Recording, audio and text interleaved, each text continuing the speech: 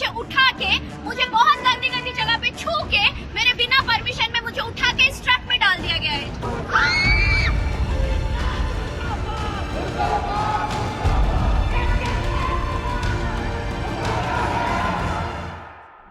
Telangana police और Hyderabad university के students के बीच झड़प की जद में एक विवाद है, जिसके चलते स्टूडेंट प्रोटेस्ट कर रहे हैं और पुलिस उन्हें बलपूर्वक खदेड़ रही है। स्टूडेंट्स का आरोप है कि इस पुलिस एक्शन के दौरान कई लड़कियों के कपड़े फट गए। स्टूडेंट्स इस प्रदर्शन में शामिल होने के लिए अन्य छात्रों से अपील कर रहे हैं। इस मामले में 3 पक्ष हैं, स्टूडेंट्स का, यूनिवर्सिटी का और सरकार का। पहले विवाद को समझते हैं, उसके बाद तीनों पक्षों के बारे में बात करेंगे।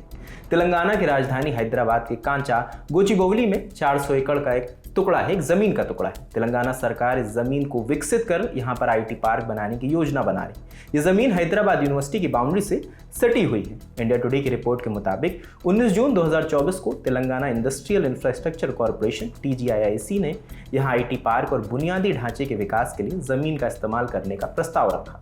इसके लिए सरकार से मंजूरी मांगी। जवाब में राजस्व विभाग के राज्य प्रधान सचिव ने आधिकारिक तौर पर 24 जून 2024 को जमीन के स्वामित्व को TGIIC को ट्रांसफर कर दिया। 1 जुलाई 2024 को राजस्व अधिकारी ने पंचनामा के जरिए जमीन का औपचारिक ट्रांसफर किया, लेकिन यूनिवर्सिटी के स्टूडेंट और कुछ अन्य पर्यावरण संबंधी चिंताओं का हवाला देते हुए इस प्रस्ताव का विरोध कर रहे हैं। उनका कहना है इस परियोजना से लोकल इकोसिस्टम पर असर पड़ेगा। वे दावा कर रहे हैं कि सरकार पर्यावरण से जुड़ी चिंताओं के लिए उन्हें आश्वस्त नहीं कर पाई, इसे लेकर वो प्रोटेस्ट कर रहे हैं। 30 मार्च को जब शुरुआती काम के लिए बुलडोजर और अर्थ मूवर को काम पर लगाया गया तो मौके पर बड़ी संख्या में छात्र पहुंच गए। सरकार के खिलाफ नारे लगाने लगे। प्रदर्शन देखते हुए पुलिस ने उन्हें रोकने की कोशिश की। यूनिवर्सिटी के स्टूडेंट्स का आरोप है कि विवादित जमीन से स्टूडेंट्स को खदेड़ते हुए मनमाने तरीके से उन्हें हिरासत में लिया गया। आरोप ये भी है कि पुलिस एकेडमिक बिल्डिंग के अंदर घुस गई। इसके बाद जो हुआ वो आपके सामने है। कुछ स्टूडेंट्स ने इस दौरान कपड़े फटने और चोट टिल हो जाने के आरोप लगाए हैं। पुलिस स्टूडेंट्स को हिरासत में लेकर साइबराबाद पुलिस स्टेशन ले गई। टाइम्स ऑफ इंडिया में छपे पुलिस के बयान के मुताबिक कुल 52 स्टूडेंट्स को प्रिवेंटिव कस्टडी में रखा गया है। इन स्टूडेंट्स के खिलाफ सरकारी काम में बाधा पहुंचाने के आरोप के तहत कार्रवाई की जा सकती है।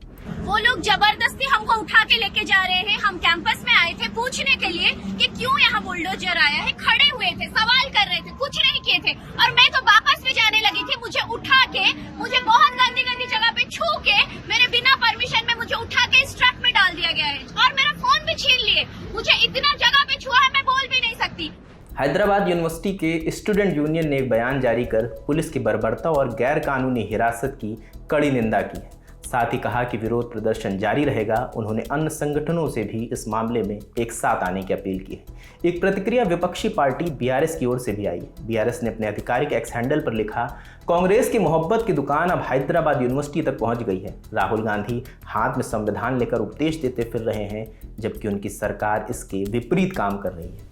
यह मोहब्बत की दुकान नहीं, धोखे का बाजार है। ये तो बात हुई स्टूडेंट्स और विपक्ष की। अब आपको इस मामले पर सरकार का क्या पक्ष है वो भी बताते हैं। तेलंगाना सरकार की ओर से कहा गया कि जिस 400 एकड़ जमीन को लेकर हैदराबाद यूनिवर्सिटी के स्टूडेंट प्रोटेस्ट कर रहे हैं, उसकी एकमात्र मालिक राज्य सरकार है। प्रोजेक्ट का विरोध पूरी तरह से राजनीतिक है। स्टूडेंट्स को रियल एस्टेट में रुचि रखने वाले सरकार विरोधियों द्वारा गुमराह किया जा रहा है।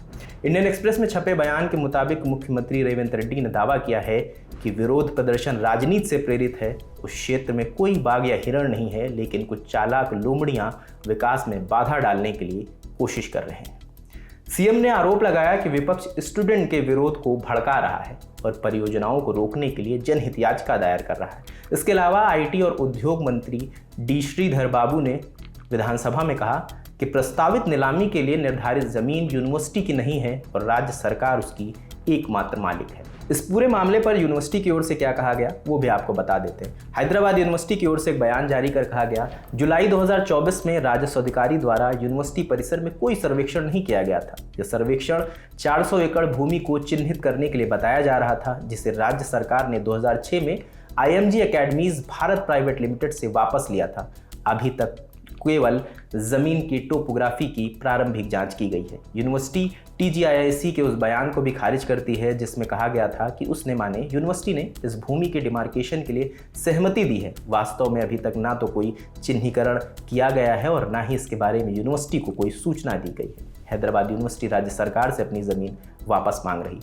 ये ज़मीन किसकी है, ये सवाल बना हुआ था। इसको लेकर भी 2 खेमे हैं। एक सरकार का और दूसरा IMG academies Bharat private limited का। सरकार की ओर से जारी एक बयान में कहा गया 2004 में स्पोर्ट्स इंफ्रास्ट्रक्चर डेवलपमेंट के लिए IMG academies Bharat private limited को यह जमीन अलॉट की गई थी, लेकिन 2006 में तत्कालीन सरकार ने प्रोजेक्ट शुरू होने में कंपनी की विफलता को देखते हुए अलॉटमेंट कैंसिल कर दिया। साथ ही जमीन Andhra Pradesh youth advancement tourism and cultural department को सौंप दी। इसके चलते लंबी कानूनी लड़ाई भी चली। IMG ने 2006 में तेलंगाना हाईकोर्ट में जमीन के अलॉटमेंट को कैंसिल करने के खिलाफ याचिका दायर की। 7 मार्च 2024 को तेलंगाना हाईकोर्ट ने सरकार के पक्ष में फैसला सुनाया। IMG ने हाईकोर्ट के इस फैसले को सुप्रीम कोर्ट में चैलेंज किया। सुप्रीम कोर्ट ने 3 मई 2024 को IMG की अपील को खारिज कर दिया। राज्य सरकार ने जमीन पर कब्जा कर लिया। इस खबर में इतना ही। इस खबर पर आप क्या सोचते हैं कमेंट सेक्शन में जरूर बताएं। कैमरे के पीछे रमन है, मेरा नाम रजत है। देखते रहिए द ललन टॉप। शुक्रिया।